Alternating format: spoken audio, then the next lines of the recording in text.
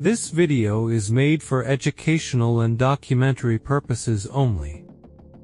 It discusses real criminal cases involving violence, gangs, and murder. Viewer discretion is advised. This content does not promote or glorify criminal organizations or violent acts in any way.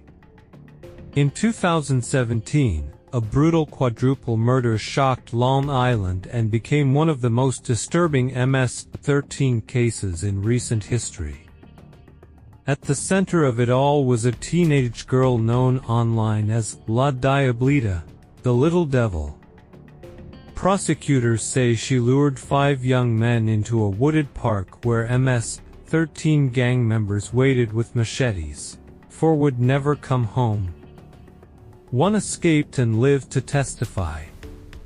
Tonight, we're breaking down the full story of Leniz Escobar, the evidence that led to her conviction, and the horrifying details revealed inside the courtroom.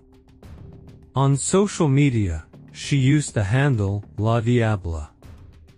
Leniz Escobar was inside the courtroom facing charges for the 2017 quadruple MS-13 machete attack that left 4 young friends bludgeoned to death in a central Islip park. 2 phone calls between Leniz Escobar and her boyfriend were played in court. He was in police custody when these calls happened. Both calls occurred on April 12, 2017, the day after the murders. Escobar appears to speak in code, telling her boyfriend Amador she might be in trouble because 4 people got on the train but 1 escaped. At first, Amador is confused. He asks why she got involved and whether she was forced into doing something. Escobar insists she wasn't forced to do anything. During the second call, Amador asks why 1 person got away when all 5 were handed on a silver platter. An admitted MS-13 gang member, Sergio Silva Panetta, took the stand. The prosecution asked whether Escobar seemed surprised or scared the night of the murder. He said no.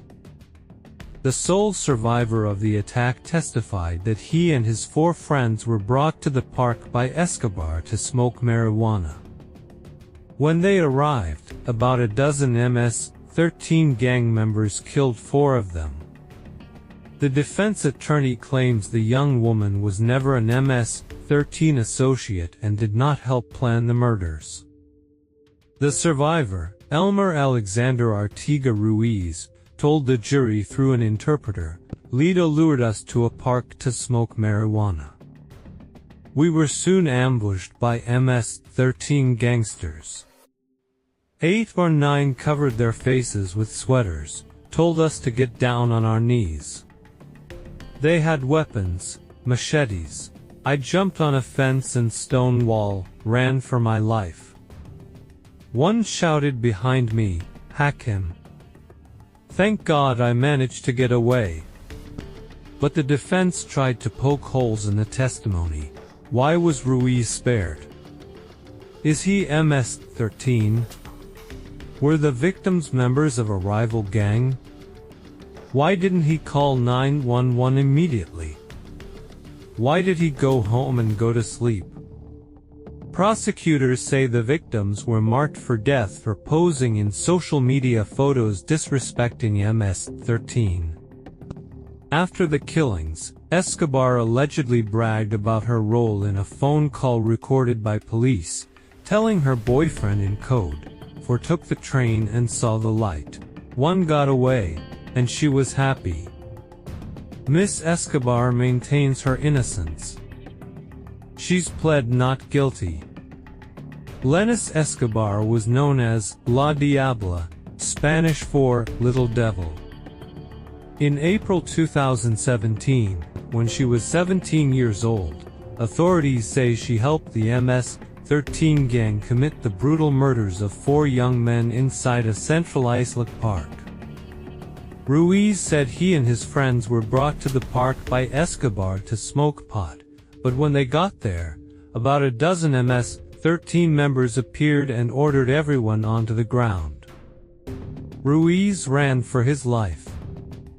His 4 friends were murdered.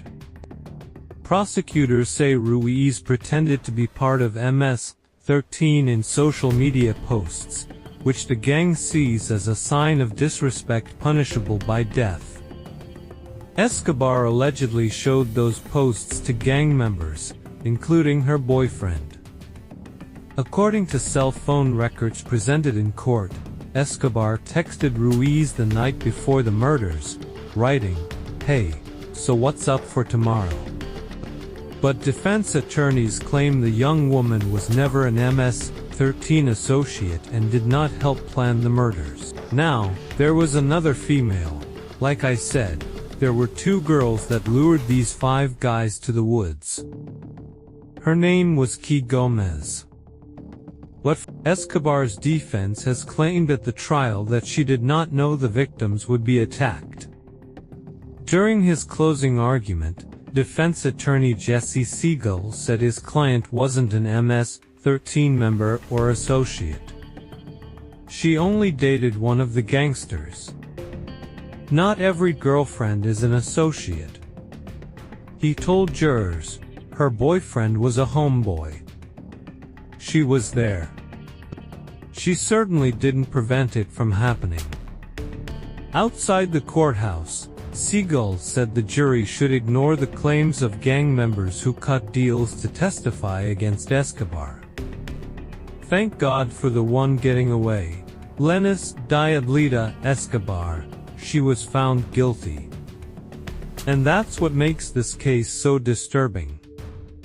4 young lives were lost over social media posts, gang paranoia, and a desperate attempt to gain status inside one of the most violent gangs in the world. What started as a simple invitation to hang out in the park turned into a nightmare that destroyed multiple families forever.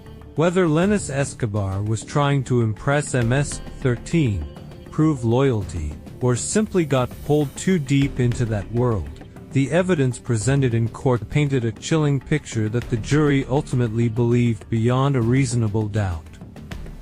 One survivor managed to escape that night, and because he did, the full story finally came to light.